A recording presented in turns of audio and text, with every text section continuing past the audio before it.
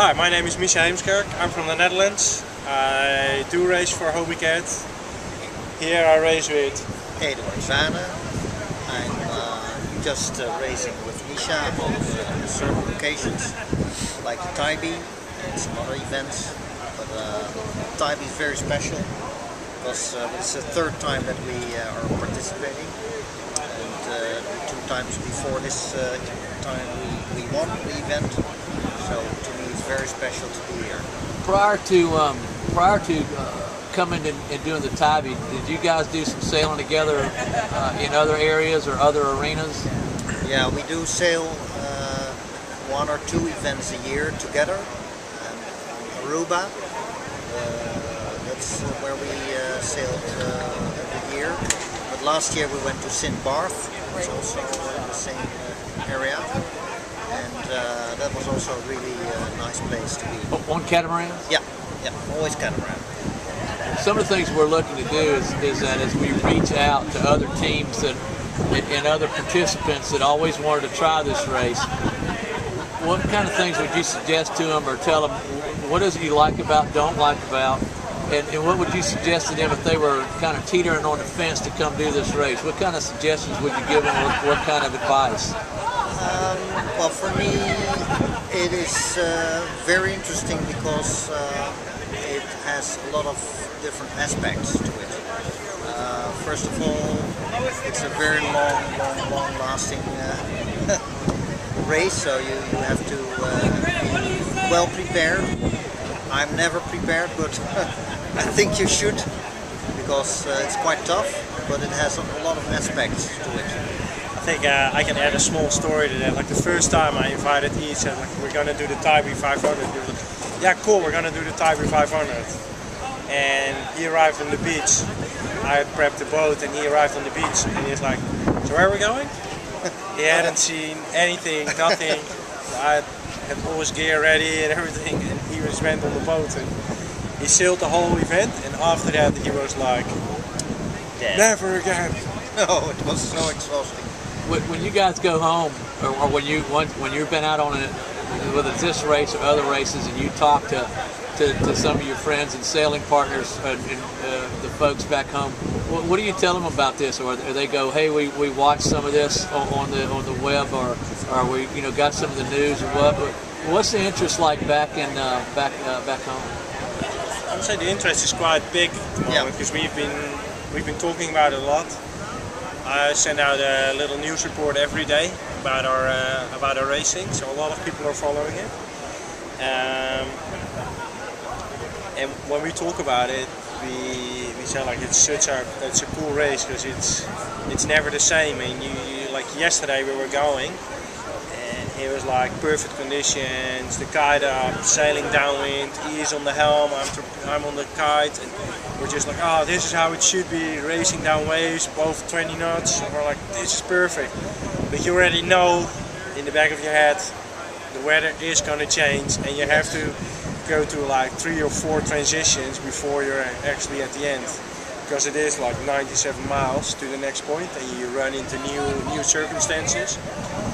So I think the cool thing is to adapt and to actually see ahead already what's going to change and adapt to the new circumstances.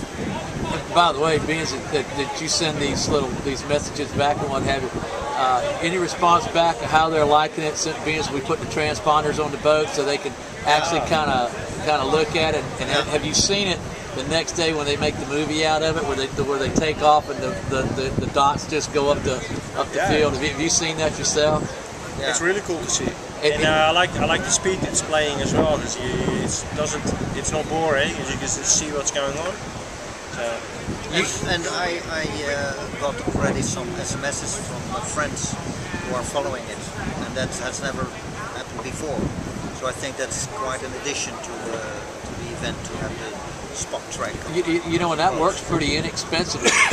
Actually, if it wasn't for the guys that we were working with, I have no technology abilities whatsoever. I point and click. That's it. Yeah.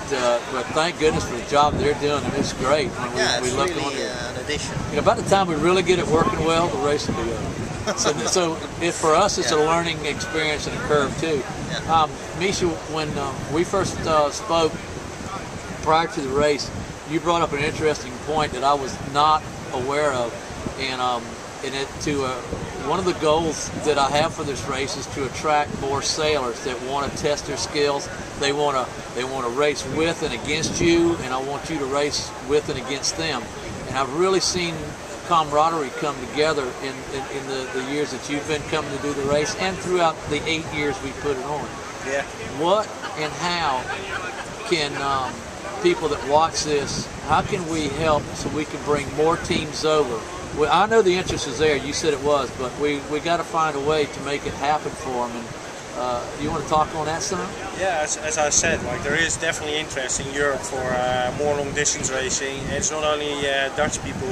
I know a lot of French people.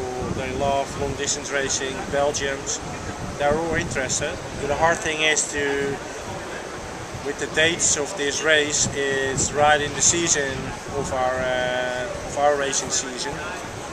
So it's hard to get to send your own boat away. So it would be nice if people could offer their boat for charter for a reasonable price, and I think we can definitely have like everybody can have a win-win situation there. Like the race has more attention.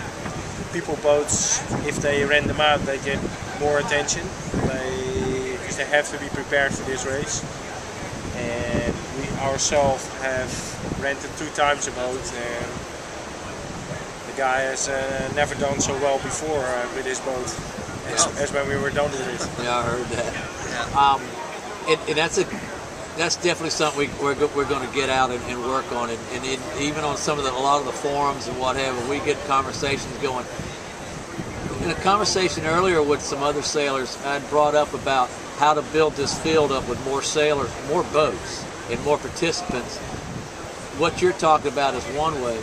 Another way is that it was brought up about opening the race up a little bit more for some other types of boats to come in. There's goods and there's pros and cons on that.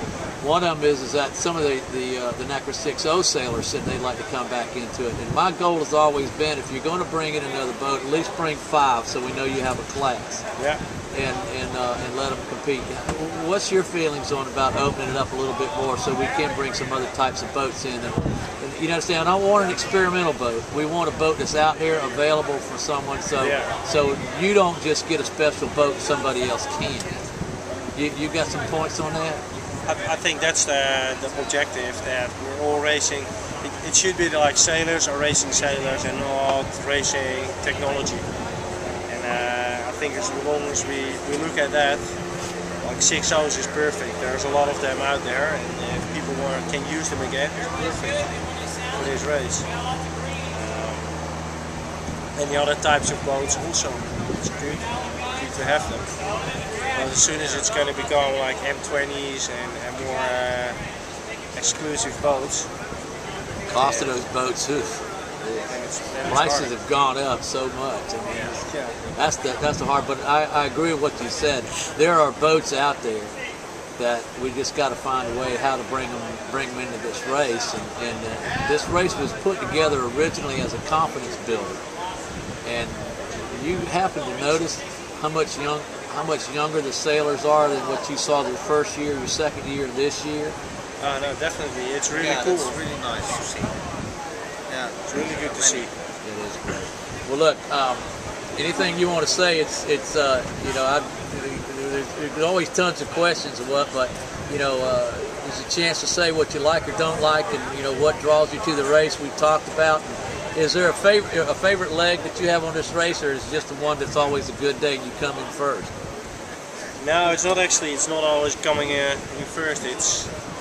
I think the best thing about the Tybee is that you have the opportunity that the weather is in those conditions that you're able to sail for minimum of 4 hours, full downwind, and I think that's on these boats is the best thing there is. Yeah, downwind.